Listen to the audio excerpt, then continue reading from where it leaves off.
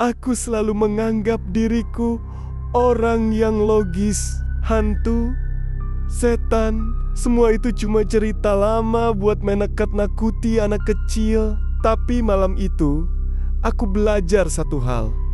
Logika tidak bisa menjelaskan semuanya. Semua bermula ketika aku pindah ke rumah kontrakan di pinggiran kota. Rumah tua 2 lantai dengan halaman belakang yang luas dan harga sewanya terlalu murah untuk tidak dicurigai. Tapi aku tidak peduli. Aku hanya butuh tempat tinggal sementara. Hari-hari pertama berjalan biasa saja. Tak ada yang aneh selain suara-suara kecil di malam hari, seperti langkah kaki dari lantai atas. Padahal aku tinggal sendiri. Aku pikir itu cuma suara kayu tua yang memuai. Tapi malam kelima, sesuatu berubah. Pukul 2 dini hari, aku terbangun karena suara ketukan.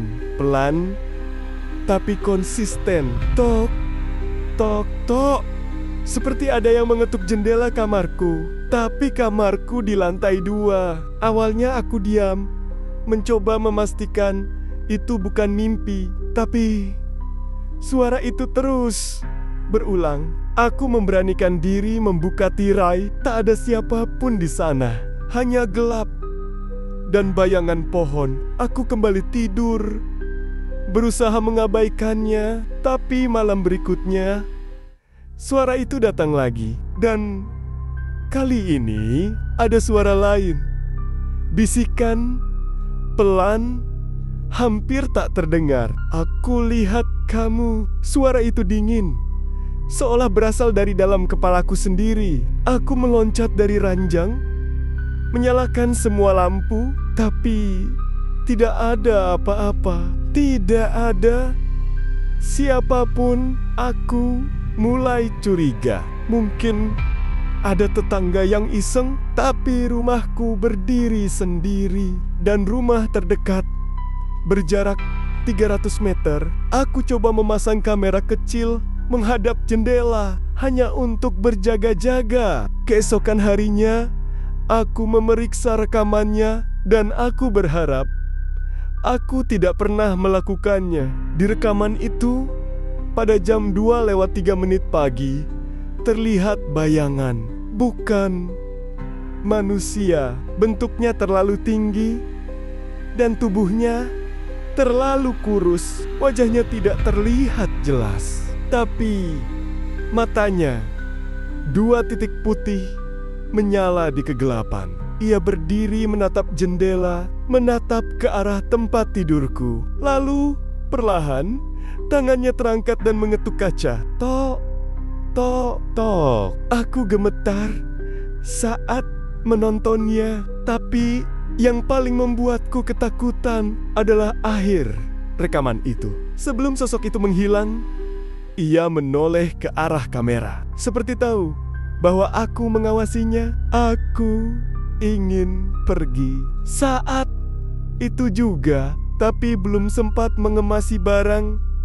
Listrik padam, rumah jadi gelap total. Dan saat itulah aku dengar suara dari lantai bawah. Pintu depan terbuka. Aku yakin telah menguncinya. Aku bahkan menggemboknya. Tapi kini terdengar suara pintu berderit dan langkah kaki masuk ke dalam rumah. Pelan, berat, seret. Aku kunci pintu kamarku, bersembunyi di bawah tempat tidur.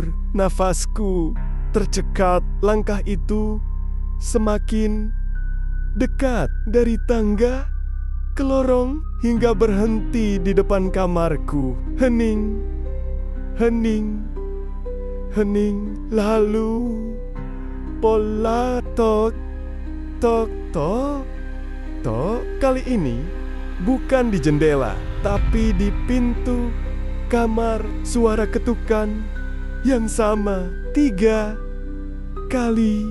Lalu bisikan, aku lihat kamu. Aku hampir pingsan. Aku ingin berteriak, tapi Tak bisa, suara itu terus berbisik.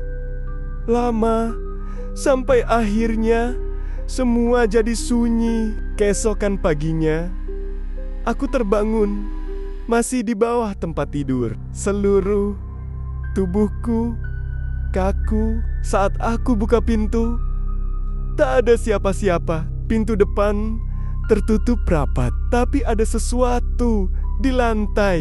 Jejak kaki basah, panjang, menuju kamarku. Hari itu juga aku keluar dari rumah itu. Aku tidak ambil barang, tidak kembali, dan aku bersumpah tak akan pernah kembali. Beberapa bulan kemudian, aku iseng mencari tahu sejarah rumah itu. Ternyata pernah ada seorang pria tua yang tinggal di sana. Ia mengalami gangguan jiwa dan menghilang secara misterius.